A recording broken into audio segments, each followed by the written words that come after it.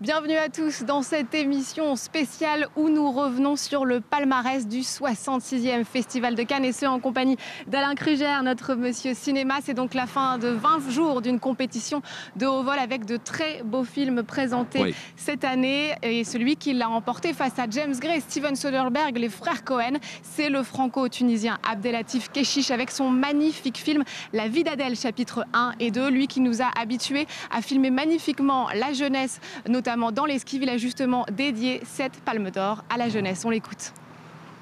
Et dédié également à une autre jeunesse pour un acte extraordinaire qui s'est passé il y a très peu de temps, la révolution tunisienne. Et pour leur aspiration à justement eux aussi vivre librement, s'exprimer librement et aimer librement. Merci. Voilà donc pour Abdelatif Kechiche que vous venez voir entouré de ces magnifiques interprètes, Léa Seydoux et Adèle Exarchopoulos, puisque c'est donc une triple Palme d'Or, je crois qu'on peut le dire comme ça. C'est la première fois. C'est la première fois et j'avais croisé juste avant la montée des marches les producteurs du film, Vincent Maraval et Brahim Chiwa, qui s'attendaient plutôt à un prix de la mise en scène et qui étaient totalement bouleversés de cette surprise, parce que c'est vrai que tout le monde avait annoncé aujourd'hui. C'était quand même le grand favori, en tout cas des critiques. C'était le grand favori de la critique française et internationale. Et c'est une histoire d'amour magnifique. Racontez-nous un peu ce film pour les gens qui l'ont pas vu. Alors, c'est une bande dessinée. C'est Le bleu est une couleur chaude. D'ailleurs, le bleu France 24, qui est une couleur chaude et qui est la couleur du film, d'ailleurs, puisque une jeune femme, une jeune lycéenne, un petit peu comme dans l'Esquive, qui aime Marivaux, qui aime la littérature française, qui aime la poésie, va tomber amoureuse d'une jeune femme qui est une jeune artiste, une bourgeoise, qui est jouée par Léa Seydoux, et c'est l'histoire d'une passion amoureuse qui est filmée avec la loupe et l'œil très attentif d'Abdelatif Kechiche. Et pour la première fois, je trouve qu'en plus, il fait le pari de la générosité, de l'amour, de la jeunesse, comme il vient de le dire. Et c'est vrai que ce film fait du bien. On sort de là avec beaucoup de joie. Et donne envie d'être amoureux. Abdelatif Kechiche qui est donc connu pour justement être un découvreur de talent. On se souvient de Sarah Forestier ou Afsia Herzi. Et là, il nous a présenté quand même une jeune femme magnifique, Adèle Exarchopoulos, qui joue des scènes très crues de sexualité aux côtés de Léa Seydoux. Et justement, elle nous explique comment elles ont créé cette complicité. C'est quelque chose qui s'est fait au fil du tournage, des semaines, du travail, humainement surtout, et ça s'est fait naturellement. Il y avait le moment où on jouait et le moment où on jouait ensemble, qu'on partageait toutes ces choses-là, ces choses intimes, moins intimes, et ce hors-tournage où on s'est rencontrés, qu'on s'est vite apprivoisé et vite, pour ma part, vite aimé, quoi. Voilà donc pour La vie d'Adèle, chapitre 1 et 2, Palme d'Or 2013. Il y a évidemment un autre grand film qui est celui des frères Cohen, qui ont déjà eu la Palme d'Or en 1991 avec Barton Fink. Et là, ils ont été donc primés pour leur film Inside Llewyn Davis. Oui, et c'est Oscar Isaac, l'acteur du film, qui est venu chercher le prix. C'est vraiment, moi, c'est un film que j'aime beaucoup parce que c'est une immense subtilité. C'est un petit peu dans l'esprit de Serious Man. C'est l'histoire d'un chanteur de folk qui est très malheureux parce qu'en fin de compte, son partenaire a disparu. Et c'est une histoire de frères, même si ce sont deux musiciens. Et moi, ce film m'a touché par son humour, son esprit. Et puis, toujours présent chez les frères Cohen. Et le brio de la réalisation. Ce sont des géniaux réalisateurs. Et peut-être que c'est un film qui parle d'eux aussi, quand on est un duo, qu'est-ce qui se passe quand l'un des deux disparaît? Et on entend la musique évidemment de ce film. Alors on va passer au prix d'interprétation, là aussi toujours très attendu à Cannes, et honneur donc aux dames, avec un film là aussi qui faisait partie des favoris.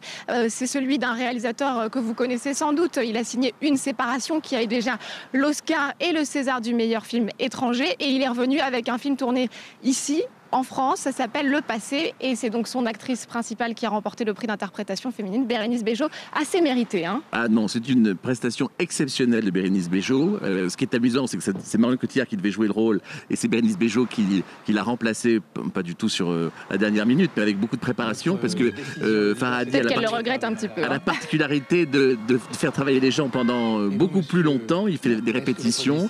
Le tournage dure pendant 15 semaines, ce qui est considérable, c'est quasiment le double d'un tournage normal. Et le film est très impressionnant par cette maîtrise.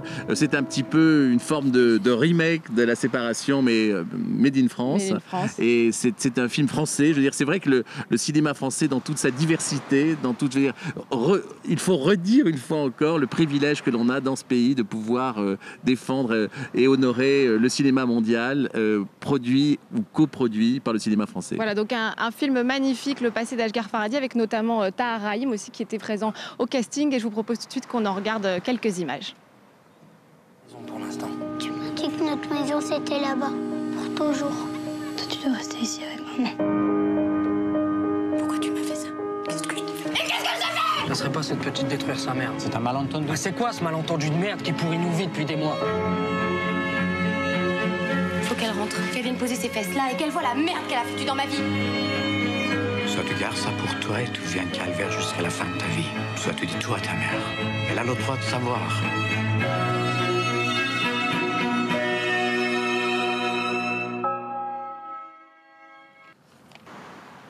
Et voilà pour ce très beau film Le Passé qui est déjà en salle. Hein. Vous pouvez Le Passé est en salle. Aller le voir.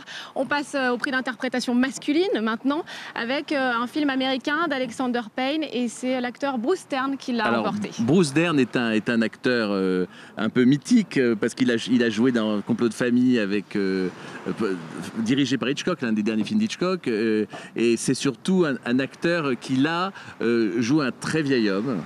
Il joue un très vieil homme dans un film un peu particulier, charmant, on a pu entendre des rires. Enfin, c'était un film qui dénotait un peu peut-être de la noirceur des films de festival en général, même si le film est en noir et blanc, effectivement. Et encore sur la famille, un thème récurrent dans ce... Alors oui, on peut dire que la violence, la famille, la violence dans la famille sont des thèmes dominants. Et c'est vrai que dans ce film, Bruce Dern apporte une patte, un charme.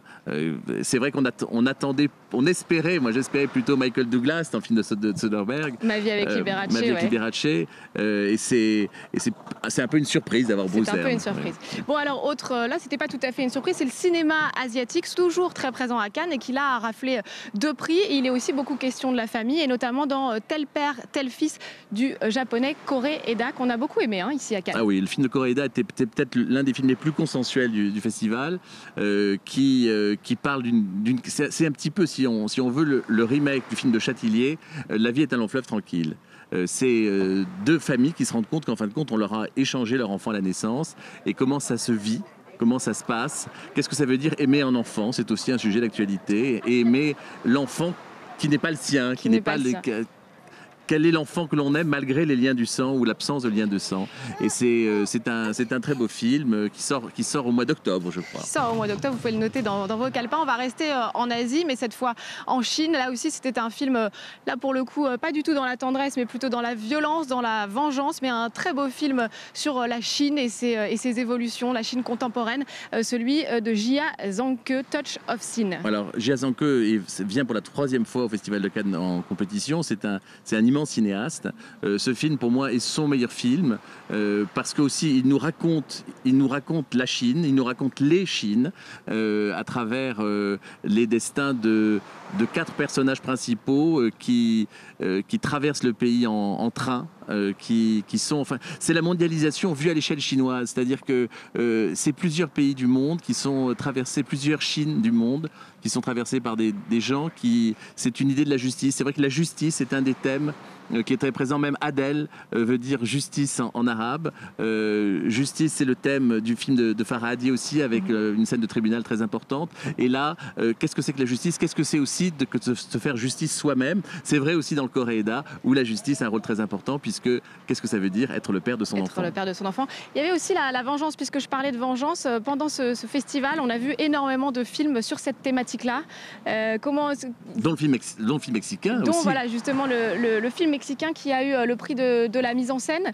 Eli d'Amat Escalante, réalisateur mexicain qui lui aussi scrute au travers de son cinéma l'évolution de la société mexicaine et qui nous propose un film d'une extrême violence. Personnellement, et je n'étais pas la seule, je suis sortie de la projection face à une scène de torture très difficile. C'est-à-dire que c'est un film qui est très pudique, sauf sur une scène.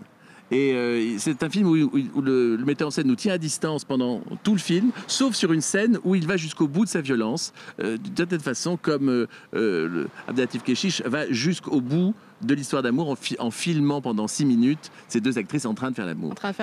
Et alors c'est évidemment une violence qui a un peu suscité des débats. On va peut-être écouter le principal intéressé. On va écouter Amat Escalante nous raconter pourquoi il a fait ce choix de l'extrême violence. Cette violence existe et ça m'obsède. Je n'endors pas la nuit à force de lire les journaux et d'y penser. Je ne voulais pas filmer la violence de manière édulcorée comme ils peuvent le faire à Hollywood. Je voulais que les spectateurs ressentent presque physiquement cette violence.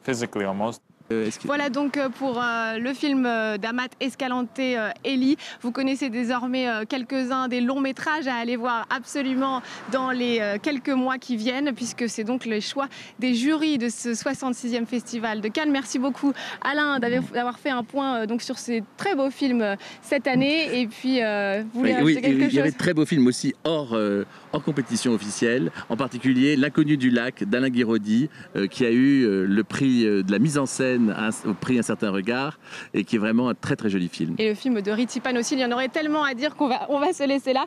Merci beaucoup en tout cas à vous de nous avoir suivis pendant ces 12 jours d'aventure cannoise. On se quitte justement avec quelques-unes des plus belles images de cette 66e édition. Merci à tous.